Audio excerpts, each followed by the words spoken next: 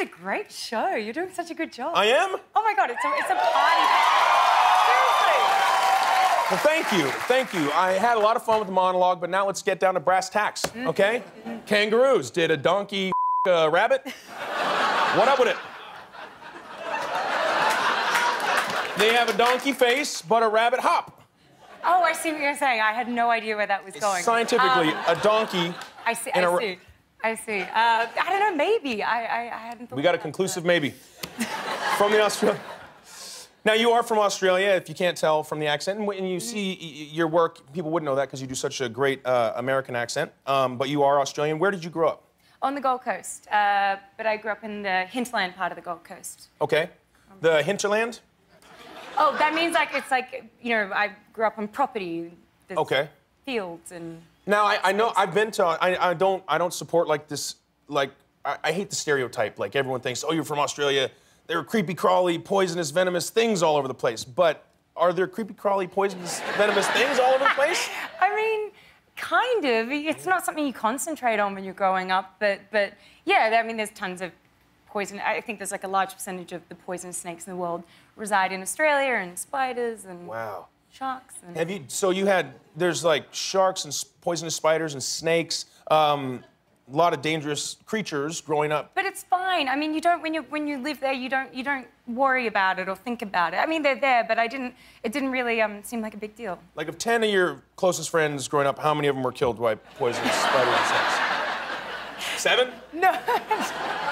No one. I mean, I don't even know. I mean, I grew up on property and I don't even know someone who was... I had snakes, like, literally in my house growing up. What? Not on purpose. Like, by, you know, they would get into the house or whatever. What kind of snakes? Like, what would be, like, the biggest snake you ever... Like, harmless one. Like a carpet python. If they've got, like, a gold pattern on their back, then they're a carpet python and they're fine. I mean, sometimes if they're little, often they're probably more poisonous, so...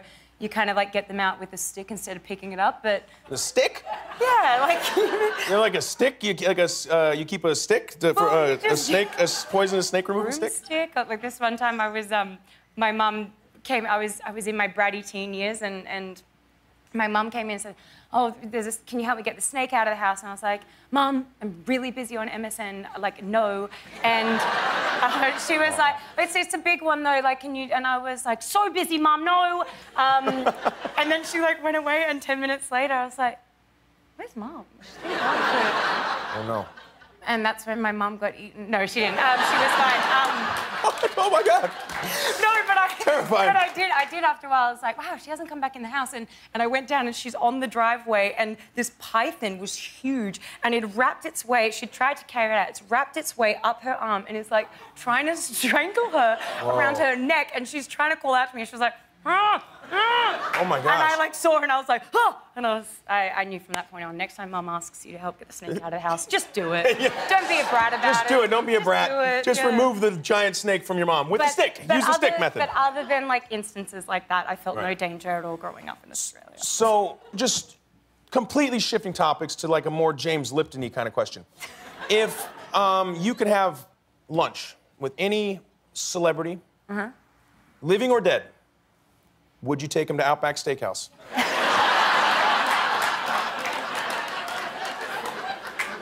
I've actually never eaten at an Outback Steakhouse. I'm ruining I shouldn't have said that. I should have lied. Let me ask you this. I heard that they do have Outback Steakhouse in Australia. Yeah, for sure. Okay. An ex-boyfriend of mine, there's like a challenge if you eat, I think it's like a kilo of steak and all the, like you eat all this stuff, you get a free t-shirt. Yeah. And a boyfriend of mine, way back when, tried to do the challenge, but he was literally like vomiting as he was trying to keep eating it to win this t-shirt. He got there in the end. He got the shirt. He got the shirt? Yeah.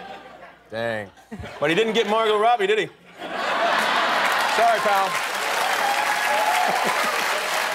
What was I thinking? Yeah. Speaking of restaurants, did you have like a normal upbringing? I worked in a restaurant. Did you ever work in a restaurant growing up? I did. I worked in a restaurant from, I think, about 10 to 15. 10? Yeah, I was working really young. Whoa, what did you do? Well, I started like back in the kitchens. I was like polishing cutlery, and then I upgraded to peeling potatoes, and then I was a dish pig, and then I was a waitress, and then by about 14, I was behind the bar, and that was like the fun part. Whoa, 14 behind the bar? Yeah. Is that legal in Australia?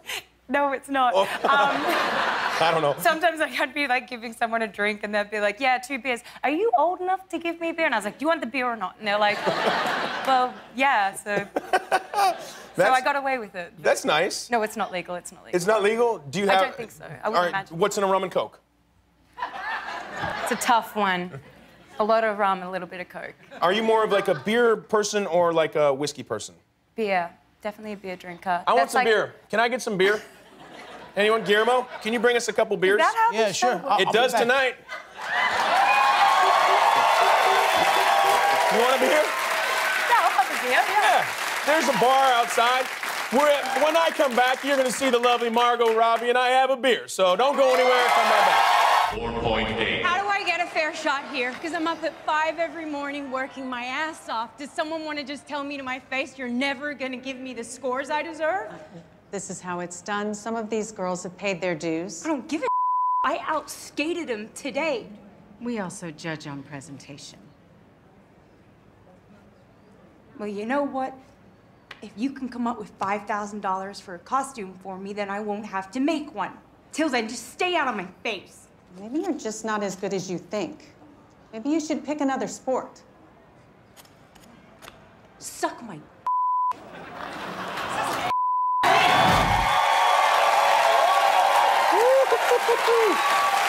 Wow.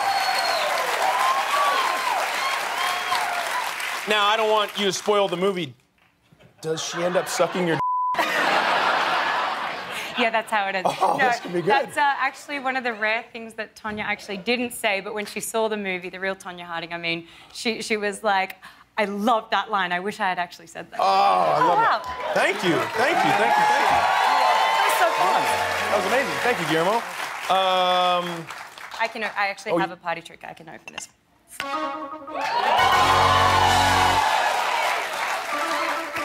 There you go. Whoa. I can only open them with already unopened beers, though, so I can't open.